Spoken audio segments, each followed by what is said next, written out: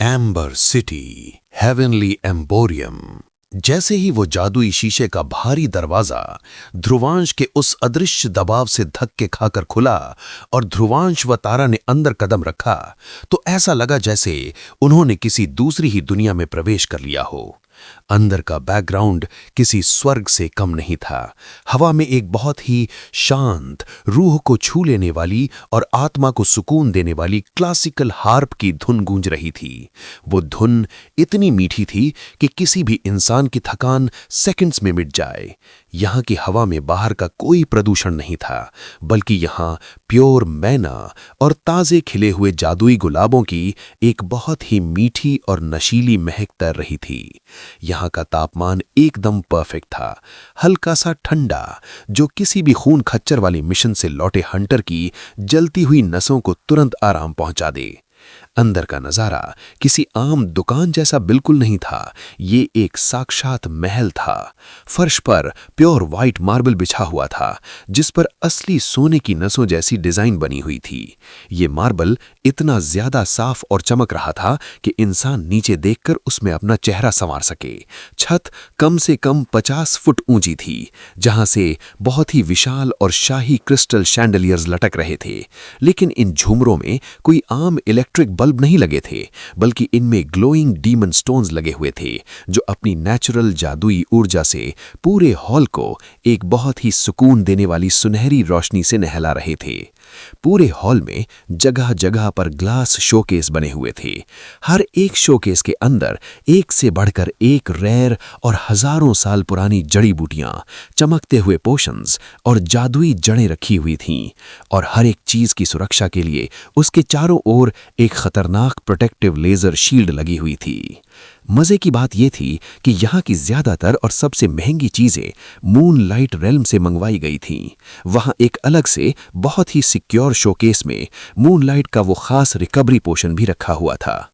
राय family ने पहले इस पोशन को ड्रैकोमोरा से बाहर सेल करने से सख्त मना किया हुआ था, लेकिन रिसेंटली उन्होंने दुनिया की इकोनॉमी पर कब्जा करने के लिए इसे वर्खाजान में बेचना शुरू किया था, पर बहुत ही ऊंची कीमत पर। ध्रुवांश हर जगह अपनी ही बनाई हुई दुनिया की चीजों को इतने महंगे दामों पर बिकता हुआ देखकर अपने हुड के अंदर मन ही मन मुस्कुरा रहा था। लेकिन तारा जो अभी अभी बाहर उस बदबूदार, गरीबी और धूल भरी स्लम की गलियों से निकल कर आई थी, वो इस स्वर्ग जैसी चकाचौंध को देखकर पूरी तरह से फ्रीज हो गई थी। उसके पैर आगे नहीं बढ़ रहे थे। उसके फटे हुए कीचड़ से मने स्नीकर्स उस चमकदार व्हाइट और गोल्ड मार्बल पर बहुत ही भद्दे और गंदे लग रहे थे। तारा ने अपने पुराने घिसे हुए जैकेट को दोनों हाथों से कसकर पकड़ लिया, जैसे वो खुद को छुपाने की कोशिश कर रही हो। उसे एक अजीब सी घुटन, शर्मिंदगी और हीन भावना महसूस होने लगी। ये अमीरों की दुनिया का वो कोना था जहां सिर्फ सांस लेने के लिए भी आपकी जेब में लाखों का बैंक बैलेंस होना जरूरी था।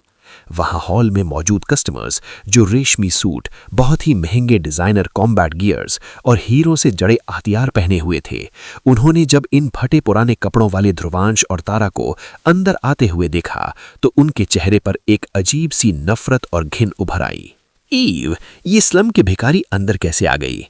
एक अमीर औरत ने अपनी नाक पर महंगा परफ्यूम वाला रुमाल रखते हुए अपने पति से फुसफुसाकर कहा। पता नहीं डार्लिंग, लगता है बाहर सिक्योरिटी गार्ड सो रहे हैं। इस जगह का तो स्टैंडर्ड ही गिरता जा रहा है। एक यंग हाई रैंक हंटर ने अपने सोने के ब्रेसलेट को घुमाते हुए बहुत ही घमंड से हंसते हुए कहा। उन सब अमीर लोगों की वो चुभती हुई, घिनौनी और जहरीली नजरें तारा के सीने में किसी खंजर की तरह उतर रही थीं। तारा का दिल जोर जोर से धड़कने लगा। उसकी आंखें भर आईं। उसने डरते हुए बेबसी से अपना सिर नीचे झुका लिया और वो धीरे से खिसक कर ध्रुवांश की चौड़ी पीठ के बिल्कुल पीछे छुप गई। लेकिन ध्रुवांश अपनी जगह पर एक पहाड़ की तरह अटक खड़ा था। उसने अपने सिर पर पड़ी उस पुरानी काली हुडी को अपने हाथों से पीछे की तरफ खिसकाकर हटा दिया। अब उसका चेहरा पूरी तरह से उस सुनहरी रोशनी में चमक रहा था। उसके उलझे हुए जेट ब्लैक बाल, उसका वो शार्प जॉ नाइन और उसकी वो खौफनाक गहरी नीली आंखें, जो इस वक्त किसी अथाह समुद्र की तरह बिल्कुल शांत थीं। ध्रुवांश ने उन सब अमीर लोगों की तरफ पलट कर भी नहीं देखा। उसके लिए वो सब सिर्फ और सिर्फ चीगियां थीं जो अपने छोटे से बिल में बैठकर खुद को राजा समझ रहे थे। ध्रुवांश के चेहरे पर शर्मिंदगी का एक कतरा भी नहीं था, बल्कि उसके खड़े होने का वो अंदाज, उसका वो पोस्चर इतना ज्यादा रॉयल और डोमिनेटिंग था जैसे कोई साक्षात देवता ही किसी इंसानी बाजार में उतर आया हो। उसके नॉर्मल और सस्ते कपड़े भी अब उसकी उस किंग जैसी वाइब के सामने बिल्कुल अदृश्य हो गए थे। डरो मत तारा, ध्रुवांश ने अपनी जेबों में हाथ डाले हुए बिना पीछे मुड़े बहुत ही भारी और सुकून देने वाली आवाज में कहा, सिर उठाकर चलो। उसी वीआईपी दुकान के लाउंज में रखे एक विंटेज ग्रामोफोन की धीमी धीमी आवाज आ रही थी।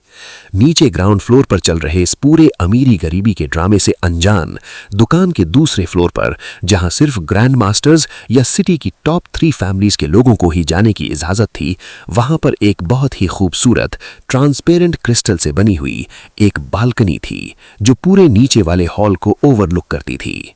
उस बालकनी में रखी एक लाल मखमली कुर्सी पर एक लड़की बैठी हुई थी। उसके महंगे हाई हील वाले डिजाइनर बूट्स से शुरू होकर उसका पूरा ऑरा एक महारानी जैसा था। उसने एक बहुत ही एलीट व्हाइट और सिल्वर कलर का स्लिम फिट कॉम्बैट गाउन पहना हुआ था, जिस पर प्लैटिनम के तारों से जादुई रून्स की बहुत ही बारीक कढ़ाई की गई थी।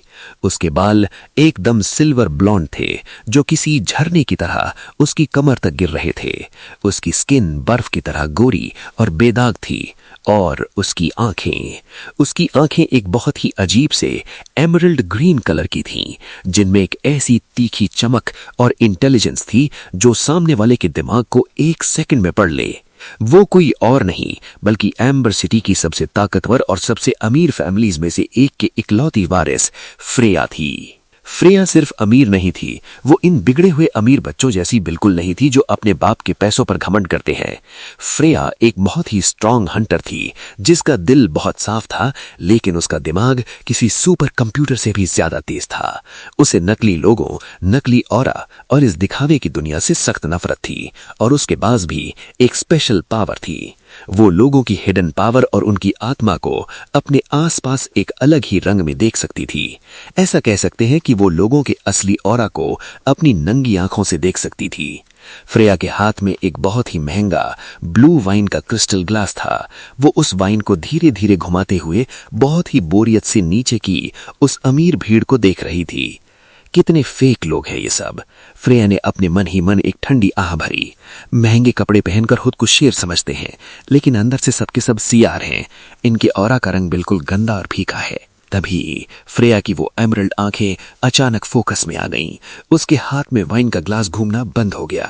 उसने नीचे ग्राउंड फ्लोर पर उस दरवाजे से अंदर आते हुए उस काले कोट वाले लड़के को यानी ध्रुवांश को देखा था। आम इंसानों और उन अमीर बेवकूफों को शायद ध्रुवांश सिर्फ एक भिखारी लग रहा था, लेकिन फ्रेया की वो गॉड गिफ्टेड सेंसिंग पावर कुछ और ही देख रही थी। फ्रेया ने अपनी आंखों को हल्का सा सिकोड़ा। उसने जब ध्रुवांश को ऊपर से स्कैन करने की कोशिश की तो उसका दिमाग पूरी तरह से सुन्न पड़ गया। ये क्या है? फ्रेया के लाल होठों से एक बहुत ही धीमी खौफजदा सी फुसफुसाहट निकली। उसे ध्रुवांश के शरीर के आसपास कोई लाल पीला या रंग बिरंगा हंटर ऑरा नहीं दिखाई दिया। उसे दिखाई दिया एक अंतहीन काला समुद्र, एक ऐसा भयानक ब्लैक होल जो आसपास की हर चीज को, यहां तक कि लाइट और आवाज को भी अपने अंदर निगल रहा था। और उस डार्कनेस के बिल्कुल बीचों बीच एक बहुत ही ठंडी, मौत जैसी खौफनाक नीली आग धधक रही थी। फ्रेया के पूरे शरीर के रोंगटे खड़े हो गए। उसके हाथ में पकड़ा हुआ क्रिस्टल ग्लास हल्का सा कांपा और वाइन छलक गई। ये लड़का, ये जो कोई भी है, ये इंसान नहीं है। फ्रेया ने अपनी कुर्सी के आर्म रेस्ट को कसकर पकड़ते हुए खौफ में सोचा, मैंने आज तक अपनी ग्रैंड मास्टर दादाजी के अंदर भी इतना डरावना और इतना प्योर ऑरा नहीं देखा।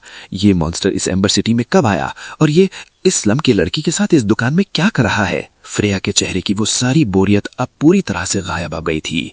अब उसकी एमरल्ड आंखों में एक अजीब सी उत्सुकता, एक खतरनाक अट्रैक्शन और एक भारी रिस्पेक्ट झलक रही थी। वो अपनी कुर्सी के किनारे पर आ बैठी और नीचे होने वाले ध्रुवांश के हर एक माइक्रो एक्शन को किसी भूखे बाज की तरह देखने लगी। नीचे ग्राउंड फ्लोर पर ध्रुवांश बहुत ही शांत और रौबदार कदमों से चलते हुए हॉल के बिल्कुल सेंटर में रखे हुए उस सबसे बड़े और सबसे सिक्योर ग्लास शोकेस के पास जाकर रुका। इस शोकेस के अंदर लाल रंग के मखमल के कपड़े पर एक बहुत ही अजीब सी चमकती हुई नीले रंग की जड़ रखी हुई थी। उस जड़ से लगातार बर्फ जैसी ठंडी धुंध बाहर निकल रही थी जो उस लेजर शील्ड के अंदर ही घूम रही थी। तारा भी डरते डरते ध्रुवांश की हुडी का कोना पकड़े उसके पीछे आकर खड़ी हो गई। उसने जब उस जड़ को देखा तो उसे कुछ समझ नहीं आया। ये क्या है? तारा ने धीरे से डरी हुई आवाज में पूछा। ध्रुवांश ने अपनी गहरी नीली आंखों को उस जड़ पर टिकाए रखते हुए बिना पलक झपकाए जवाब दिया, ये है the 1000 year frost dragon root. ये कोई आम जड़ी बूटी नहीं है तारा, इसके अंदर इतनी प्योर हीलिंग एनर्जी है कि ये किसी मुर्दे की टूटी हुई हड्डियों और नसों को भी दोबारा जोड़कर उसे जिंदा कर सकती है। तुम्हारे मास्टर के शरीर की वो टूटी हुई हड्डियां और कुचली हुई नसें सिर्फ और सिर्फ इसी रूट से रातों रात ठीक हो सकती हैं। मुझे यही चाहिए। ये सुनकर तारा की डरी हुई आंखों में एक पल के लिए उम्मीद की एक बहुत बड़ी किरण चमकी। सच में? क्या मास्टर सच में ठीक हो सकते हैं? तारा का दिल खुशी से भर गया, लेकिन तारा की वो खुशी सिर्फ 1 सेकंड ही टिक पाई। एक्सक्यूज मी, एक बहुत ही तेज, तीखी और नफरत से भरी आवाज उनके ठीक पीछे से आई। ध्रुवांश ने बहुत ही धीरे से अपनी गर्दन पीछे घुमाई। उनके पीछे एक 45 साल का आदमी खड़ा था। उसने एक बहुत ही महंगा कस्टम टेलर्ड व्हाइट सिल्क का सूट पहना हुआ था। उसकी उंगलियों में सोने की मोटी मोटी अंगूठियां थीं और उसके चेहरे पर एक ऐसा घमंड था जैसे वो इस पूरी दुनिया का मालिक हो। वो इस हेवनली एम्पोरियम का चीफ फ्लोर मैनेजर था। मैनेजर ने अपनी जेब से एक महंगा रेशमी रुमाल निकाला और उसे अपनी नाक पर रखते हुए ध्रुवांश और तारा को ऐसे घुरा जैसे उन्होंने उसकी दुकान में कोई उल्टी कर दी हो। तुम्हारी यहां तक आने की हिम्मत कैसी हुई, भिखारियों? मैनेजर ने अपनी आवाज को जानबूझकर तेज रखा ताकि हॉल में मौजूद बाकी के अमीर कस्टमर्स भी उसकी आवाज सुन सके और तमाशा देख सके। बाहर वो नालायक गार्ड क्या घास चर रहा था? मैंने उसे साफ साफ कहा था कि ऐसे स्लम के कीड़ों को दुकान की सीढ़ियों पर भी मत चढ़ने देना। ये सुन के पूरे हॉल में सन्नाटा छा गया। सब लोग अपने अपने काम और शॉपिंग छोड़कर इस तमाशे को देखने के लिए रुक गए। कुछ अमीर औरतें मुंह पर हाथ रखकर तारा के फटे जूतों को देखकर हंसने लगीं। तारा का पूरा शरीर शर्म से पानी पानी हो गया। उसकी आंखों में आंसू आ गए। सुनो प्लीज, चलो यहां से, ये लोग हमें बहुत गंदी तरह बेइज्जत कर रहे हैं। तारा ने ध्रुवांश के उस काले कोट की स्लीव को खींचते हुए एक कांपती हुई आवाज में कहा, लेकिन ध्रुवांश ने तारा का हाथ बहुत ही नरमी से पकड़ा और उसे अपने पीछे कर लिया। ध्रुवांश के चेहरे पर अभी भी कोई गुस्सा नहीं था। वो बस उस मैनेजर को ऐसे देख रहा था जैसे कोई सर्कस के बेवकूफ जोकर को देखता है। मुझे ये फ्रॉस्ट ड्रैगन रूट खरीदनी है, ध्रुवांश ने उस शोकेस की तरफ इशारा करते हुए एक बहुत ही ठंडी और अथॉरिटेटिव आवाज में कहा। इसे पैक करो जल्दी। ये सुनते ही वो मैनेजर एक पल के लिए चौंका और फिर वो अपना पेट पकड़कर जोर जोर से पागलों की तरह हंसने लगा। खरीदनी है? इस भिखारी को ये रूट खरीदनी है? मैनेजर की हंसी पूरे हॉल में गूंज गई। आसपास खड़े अमीर कस्टमर्स भी ठाके मारकर हंसने लगे। मैनेजर ने हंसते हंसते अपनी आंखें पूछी और फिर अचानक बहुत ही खूंखार और सख्त होकर ध्रुवांश के बिल्कुल पास आकर फुसफुसाते हुए बोला, ओए सड़क छाप, क्या तूने कोई सस्ता नशा किया हुआ है या तो किसी पागल खाने से भाग कर आया है? तुझे पता भी है कि तू जिस चीज पर अपनी गंदी उंगली रख रहा है उसकी कीमत क्या है? मैनेजर ने उस फ्रॉस्ट ड्रैगन रूट के नीचे रखे हुए एक छोटे से गोल्डन प्राइस टैग पर अपनी उंगली से खटखटाते हुए पूरे हॉल में चिल्लाकर कहा, इसकी कीमत है 50 मिलियन एम्बर कॉइन्स। ये रकम सुनते ही तारा को ऐसा लगा जैसे उसके कानों के पास कोई बम फट गया हो। 50 मिलियन कॉइन्स? तारा की पूरी जिंदगी की कमाई और उसके मास्टर के पूरे जिम को अगर 10 बार भी बेच दिया जाए तो भी वो 1 लाख कॉइन्स नहीं कमा सकते थे। और ये एक जड़ी बूटी 50 मिलियन की थी। तारा के पैरों तले जमीन खिसक गई। वो चक्कर खाकर गिरने ही वाली थी कि ध्रुवांश ने उसे अपने ऑरा से सपोर्ट दे दिया। मैनेजर ने एक बहुत ही जहरीली स्माइल के साथ ध्रुवांश की आंखों में देखते हुए कहा, सुना तूने? 50 मिलियन। अगर मैं तुझे और तेरे इस पूरे स्लम को कोलू के बैल की तरह पीस भी दूं ना, तो भी तुम इस रूट का एक छोटा सा छिलका भी नहीं खरीद सकते। और तू मुझे ऑर्डर दे रहा है कि इसे पैक करो? निकलो यहां से, इससे पहले कि मैं अपने बाउंसर्स बुलाकर तुम्हारी हड्डियां तोड़कर नाले में फेंक दूं। ऊपर बैल्कनी में बैठी फ्रेया ने इस सब सुना। उसकी एमरल्ड भौवें गुस्से से सिकुड़ गईं। वो अपनी कुर्सी से उठने ही वाली थी कि नीचे जाकर उस घमंडी मैनेजर को एक जोरदार थप्पड़ मारकर वहां से निकाल दे। क्योंकि उसे किसी गरीब की इस तरह बेइज्जती बर्दाश्त नहीं थी। लेकिन फ्रेया के खड़े होने से पहले ही नीचे कुछ ऐसा हुआ जिसने पूरे हॉल का नहीं, पूरी एम्बर सिटी के पैसे के घमंड का इतिहास बदल कर रख दिया। 50 मिलियन! ध्रुवांश के मुंह पर एक बहुत ही हल्की सी मुस्कान आ चुकी थी। ध्रुवांश ने उस मैनेजर की आंखों में सीधा देखते हुए एक ऐसी आवाज में कहा जो सीधे आत्मा को चीर दे, इतनी सस्ती? मुझे लगा ये कोई रेयर चीज होगी। 50 मिलियन तो मेरे लिए रास्ते में पड़ी धूल के बराबर भी नहीं है। सन्नाटा। पूरे हॉल की हंसी एकदम से हवा में जम गई। मैनेजर का चेहरा गुस्से से टमाटर जैसा लाल हो गया। तू अभी भी बकवास कर रहा है? बाउंसर्स को बुलाओ। मैनेजर पागलों की तरह चीखा, लेकिन ध्रुवांश ने कोई रिएक्शन नहीं दिया। उसने बहुत ही आराम से अपनी हुडी के अंदर वाले पॉकेट में अपना राइट हैंड डाला। ध्रुवांश ने अपनी जेब से एक बहुत ही छोटा सा काले रंग का लेदर पाउच निकाला। उसने बिना किसी जल्दबाजी के उस पाउच की डोरी को खोला और उसके अंदर से अपना हाथ बाहर निकाला। उसके हाथ में कोई बैंक कार्ड नहीं था, कोई कागज के पैसे नहीं थे। ध्रुवांश ने अपने उस हाथ को हवा में ऊपर उठाया और अपनी मुट्ठी खोल दी। छन छन छन। ध्रुवांश के हाथ से 3 बहुत ही छोटे लेकिन हद से ज्यादा चमकदार क्रिस्टल्स नीचे की तरफ गिरे। वो क्रिस्टल्स जाकर सीधे उस मैनेजर के सामने रखे कांच के एडवांस पेमेंट स्कैनर काउंटर पर गिरे। टक टक टक। वो कोई आम डीमन क्रिस्टल्स नहीं थे, वो अबिसल कोर क्रिस्टल्स थे, जो बहुत कीमती थे क्योंकि ये पूरी दुनिया में बहुत कम मिलते थे, लेकिन मूनलाइट रेल्म में ये बहुत ही बड़ी मात्रा में पाए जाते थे। उन क्रिस्टल्स का रंग इतना गहरा नीला और काला था जैसे उन्होंने पूरे ब्रह्मांड की ऊर्जा को अपने अंदर सोख लिया हो। उनके उस स्कैनर काउंटर पर गिरते ही उन क्रिस्टल से इतनी भयानक जादुई रोशनी और हीलिंग एनर्जी का ब्लास्ट हुआ कि पूरे हॉल में मौजूद सभी लोगों की आंखें उस चकाचौंध से अंधी हो गईं। सबने चीखते हुए अपनी आंखों पर हाथ रख लिए। Beep beep beep beep. अचानक वो एडवांस पेमेंट स्कैनर मशीन पागलों की तरह चीखने लगी। उस मशीन की स्क्रीन जो 100 मिलियन के अमाउंट को स्कैन करने के लिए बनी थी, वो पूरी तरह से लाल हो गई। मैनेजर ने अभी कांपती हुई आंखों से अपना हाथ हटाकर उस स्क्रीन की तरफ देखा।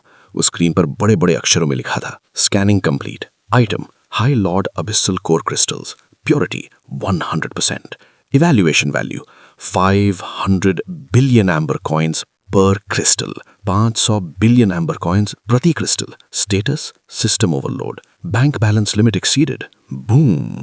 ये पढ़ते ही उस मैनेजर की आंखें इस कदर फटी जैसे उसके दिमाग की नसें फट गई हों। 500 बिलियन कॉइन्स, और वो भी सिर्फ एक क्रिस्टल के लिए। और इस लड़के ने 3 क्रिस्टल्स ऐसे ही हवा में उछाल दिए थे, यानी टोटल 1500 बिलियन कॉइन्स। ये रकम इतनी बड़ी थी, इतनी भयानक थी कि इस पूरी की पूरी हेवनली एम्पोरियम बिल्डिंग को, इसके पूरे स्टॉक को और इसके मालिक को भी अगर 10 बार खरीद लिया जाए तो भी इस रकम का आधा हिस्सा खत्म नहीं होगा। मैनेजर का पूरा शरीर लकवा मार गया, उसके पैरों से पूरी जान निकल गई। थप्पा। वो 45 साल का अमीर घमंडी चीफ मैनेजर ध्रुवांश के पैरों के बिल्कुल सामने अपने दोनों घुटनों के बल जमीन पर धड़ाम से गिर पड़ा। उसका पूरा शरीर किसी सूखे पत्ते की तरह थर थर कांप रहा था। उसके माथे से पसीने की नदियां बह रही थी। उसका घमंड, उसकी वो औकात, सब कुछ उन 3 छोटे से क्रिस्टल्स की रोशनी में भस्म हो चुका था। Lord, my Lord. मैनेजर के गले से आवाज नहीं निकल रही थी। वो हकला रहा था। वो पागलों की तरह अपने दोनों हाथ जोड़कर जमीन पर सर रगड़ने लगा। मुझे माफ कर दीजिए, मैं अंधा था, मैं सुअर का बच्चा हूं, मैं आपको नहीं पहचान पाया माय लॉर्ड, मेरी जान बख्श दीजिए। पूरे हॉल में शमशान जैसा सन्नाटा छा गया था। वो सारे अमीर लोग जो अभी कुछ सेकंड पहले ध्रुवांश पर हंस रहे थे, उनकी सांसें गले में अटक गई थीं। कुछ के तो हाथ से उनके महंगे ग्लास छूटकर जमीन पर टूट गए थे। वो सब खौफ के मारे पीछे हटने लगे। उन्हें लग रहा था कि किसी देवता ने सजा देने के लिए अवतार ले लिया है। तारा, बेचारी तारा तो पूरी तरह से शॉक में थी। उसका मुंह जमीन तक खुला हुआ था। वो बस ध्रुवांश की उस काली हुडी को देख रही थी। ये कौन है? ये इंसान है या कोई चलता फिरता वर्ल्ड बैंक? ध्रुवांश ने बहुत ही बोरियत भरे चेहरे के साथ अपनी उंगली से उस काउंटर पर रखे 3 क्रिस्टल्स में से एक क्रिस्टल को मैनेजर की तरफ खिसका दिया। तुम्हारी बकवास सुनने का टाइम नहीं है मेरे पास, ध्रुवांश ने बहुत ही रूखे और अल्टीमेट डार्क लॉर्ड वाले अंदाज में कहा। ये एक क्रिस्टल रख लो, इसमें से वो 50 मिलियन की फ्रॉस्ट ड्रैगन रूट काट लेना और बाकी का जो बचा हुआ चिल्लर है वो अपनी इस भीख मांगने वाली दुकान को नया पेंट करवाने के लिए रख लेना। चिल्लर? 499 बिलियन कॉइन्स को ये लड़का चिल्लर बोल रहा था। मैनेजर की आंखों से आंसू बहने लगे। उसने कांपते हाथों से तुरंत उस ड्रैगन रूट को शोकेस से निकाला, उसे एक बहुत ही लग्जरी गोल्डन बॉक्स में पैक किया और दोनों हाथों से सर झुकाकर वो बॉक्स ध्रुवांश के हाथों में सौंप दिया। ध्रुवांश ने वो बॉक्स लिया। उसने तारा को देखा। जो अभी भी फ्रीज खड़ी थी। ध्रुवांश ने एक हल्की सी स्माइल के साथ कहा, चलो यहां से, काम हो गया। ध्रुवांश मुड़ा और वो गेट की तरफ जाने लगा। तारा अभी भी लड़खड़ाते हुए किसी तरह उसके पीछे चलने की कोशिश कर रही थी, लेकिन तभी टॉक टॉक टॉक, हॉल की उस खौफनाक शांति को चीरते हुए एक बहुत ही सुरीली लेकिन पावरफुल और रॉयल हाई हील्स की आवाज उस विशाल सीढ़ी से नीचे आने लगी। ध्रुवांश के कदम रुक गए। उसने अपनी नीली आंखों को हल्का सा घुमाकर उस सीढ़ी की तरफ देखा। वो फ्रेया थी। वो अपने उस वाइट और सिल्वर कॉम्बैट गाउन में एक अप्सरा की तरह सीढ़ियों से नीचे उतर रही थी। उसके सिल्वर बाल हवा में हल्के हल्के लहरा रहे थे। उसकी एमरल्ड ग्रीन आंखों में एक ऐसी अट्रैक्टिव चमक थी जो किसी को भी हिप्नोटाइज कर ले। फ्रेया को नीचे आते देख वो सारे अमीर कस्टमर्स जो अभी ध्रुवांश से डरे हुए थे, वो सब तुरंत सिर झुकाकर एक तरफ हट गए और उन्होंने फ्रेया के लिए एक चौड़ा रास्ता बना दिया। ये साफ दिखा रहा था कि इस लड़की का रुतबा इस एम्बर सिटी में कितना ज्यादा भयानक था। फ्रेया बहुत ही ग्रेसफुल कदमों से चलते हुए ध्रुवांश के बिल्कुल सामने आकर रुकी। उन दोनों के बीच में सिर्फ 2 फुट का फासला था। फ्रेया ने अपनी एमरल्ड आंखों से ध्रुवांश की उन ठंडी गहरी नीली आंखों में सीधा देखा। ध्रुवांश ने भी नजरें नहीं छुड़ाईं। वो बस एक शांत किलिंग ऑरा के साथ उसे ऑब्जर्व कर रहा था। फ्रेया के चेहरे पर कोई घमंड नहीं था। उसकी आंखों में एक प्योर रिस्पेक्ट और एक दिलकश मुस्कान उभर आई। ये मुस्कान इतनी खूबसूरत थी कि पत्थर को भी पिघला दे। तुम्हारे इस पैसे ने मुझे इंप्रेस नहीं किया, फ्रेया ने बहुत ही सुरीली लेकिन कॉन्फिडेंट आवाज में कहा, जो पूरे हॉल में गूंजी। लेकिन जिस तरह से तुमने बिना अपनी पावर का इस्तेमाल किए, सिर्फ अपने रॉयल एटीट्यूड से इस बेचारी लड़की की इज्जत को प्रोटेक्ट किया और इन फेक लोगों को इनकी असली जगह दिखाई, उसने मुझे बहुत इंप्रेस किया है। तुम बहुत ही ज्यादा इंटरेस्टिंग इंसान हो। फ्रेया ने अपने गाउन से अपना गोरा नाजुक लेकिन स्ट्रांग राइट हैंड बाहर निकाला और उसे बहुत ही इज्जत के साथ ध्रुवांश की तरफ आगे बढ़ा दिया, एक हैंडशेक के लिए। हवा में एक अजीब सी टेंशन और रोमांस वाली वाइब क्रिएट हो गई थी। तारा पीछे से अपना मुंह फाड़े बस इस हॉलीवुड एनिमी लेवल के सीन को देख रही थी। फ्रेया ने अपनी उस दिलकश और रहस्यमयी स्माइल के साथ ध्रुवांश की आंखों में देखते हुए अपनी मीठी आवाज में कहा, मैं फ्रेया हूं और मुझे तुम्हारी जैसे खतरनाक लोगों से दोस्ती करना बहुत पसंद है। तुम्हारा नाम क्या है? ध्रुवांश की आंखें हल्की सी सिकुड़ी।